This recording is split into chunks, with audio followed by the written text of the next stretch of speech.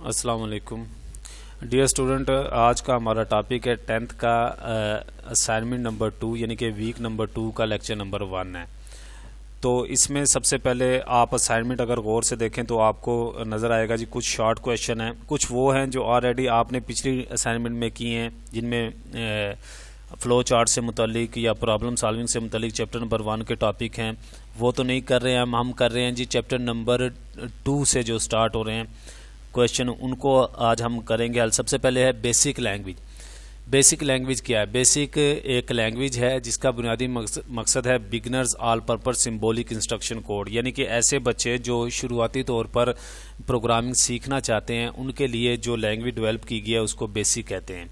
इसमें basic rule समझाए गए हैं प्रोग्रामिंग के, ठीक है ना जी, कि प्रोग्रामिंग किस तरीके से की जाती है और किन किन मोड्स के अंदर की जाती है और प्रोग्रामिंग के अंदर क्या क्या चीज़ें इस्तेमाल होती हैं और किन किन चीज़ों का ख्याल रखना चाहिए, प्रोग्राम कैसे सेफ होते हैं, प्रोग्राम कैसे एग्जीक्यूट होते हैं और प्रोग्राम को कैसे लोड किया जाता है। ये सारी चीज़ें, सारे टॉपिक इस बेसिक लैंग्वेज के अंदर ही समझाए गए हैं।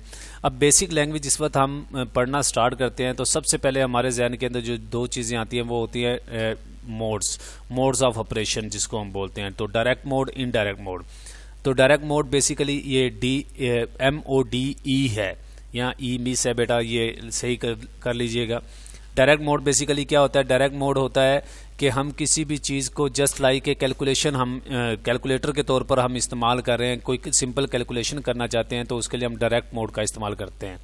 लेकिन अगर हम बाकायदा एक प्रोग्राम की सूरत में उसको उतारना चाहते हैं तो उसके लिए हम इनडायरेक्ट मोड का इस्तेमाल करते हैं, जिसको हम बेसिकली डिफरेंशिएट करते हैं इनडायरेक्ट मोड के अंदर। मैं आपको मिसाल देता हूं। आप फ़र्ज़ किया कोई कमांड लिख रहे हैं।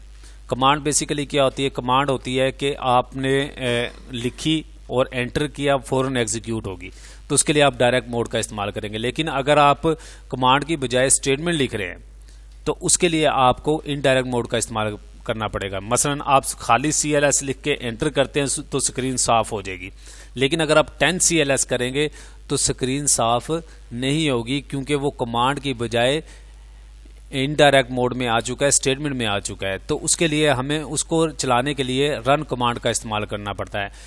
डायरेक्ट मोड के अंदर जो भी हम काम करेंगे जस्ट एंटर करेंगे और वो एग्जीक्यूट हो जाएगा। इनडायरेक्ट मोड के अंदर हम जो भी काम करेंगे उसको एग्जीक्यूट करने के लिए हमें रन कमांड का सहारा लेना पड़ेगा। इसके बाद है रन प्रोग्राम, ये execute the program. Run basically कहते हैं मेरा बेटा ऐसी चीज़ को कि जिसको हमने रेडी टू यूज़ हो, जिसको हमने चलाना हो, लोड हो चुकी हो, हमने उसको एग्जीक्यूट करना हो, तो उसके लिए हम रन कमांड का इस्तेमाल करते हैं। तो रन बेसिकली F2 प्रेस करने से फ़ौरन वो कमांड जो है, वो प्रोग्राम जो है वो एग्जीक्यूट हो जाता है। इसको रन प्रोग्राम कहते हैं। इसके लिए शॉर्टकट की जो यूज़ होती है F2 होती है। उसके बाद है कीवर्ड्स। अब कीवर्ड्स क्या है? कीवर्ड्स बेसिकली मेरा बेटा वो वर्ड्स होते हैं जिनकी मदद से हम अपनी किसी भी प्रॉब्लम को सॉल्व करते हैं, ठीक है ना जी। या मैं आपको आसान अल्फाज में बताऊं, कीवर्ड्स बेसिकली कमांड या स्टेटमेंट्स को ही कहते हैं जिनके मीनिंग ऑलरेडी प्री डिफाइंड होते हैं, कंप्यूटर के अंदर ऑलरेडी उनके मीनिंग सेव होते हैं। जैसे CLS है। अब CLS को आप किसी और जगह पर इस्तेमाल नहीं कर सकते। CLS का बेसिकली मीनिंग जो है वो GW बेसिक में सेफ है, क्लियर स्क्रीन। अब सेव को आप किसी और जगह पर इस्तेमाल नहीं कर सकते। सेव का मीनिंग ऑलरेडी GW बेसिक में मौजूद है। Save means save the file. इसी तरीके से रन का बुनियादी मकसद है एग्जीक्यूट करना प्रोग्राम को, तो आप उसको प्रोग्राम के किसी और हिस्से में इस्तेमाल नहीं कर सकते क्योंकि उसका बेसिकली मकसद है प्रोग्राम को एग्जीक्यूट करना।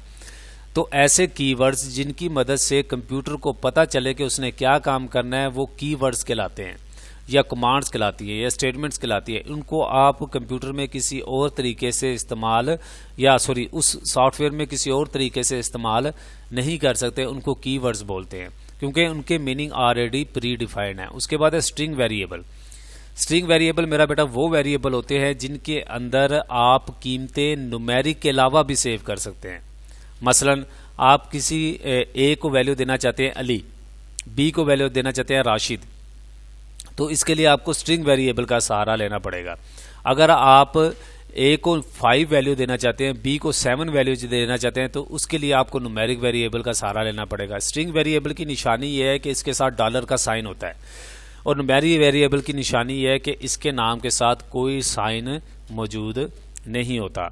उसके बाद है एक टॉपिक, ये धुंधला सा आपको शायद नज़र आ रहा होगा, IDE।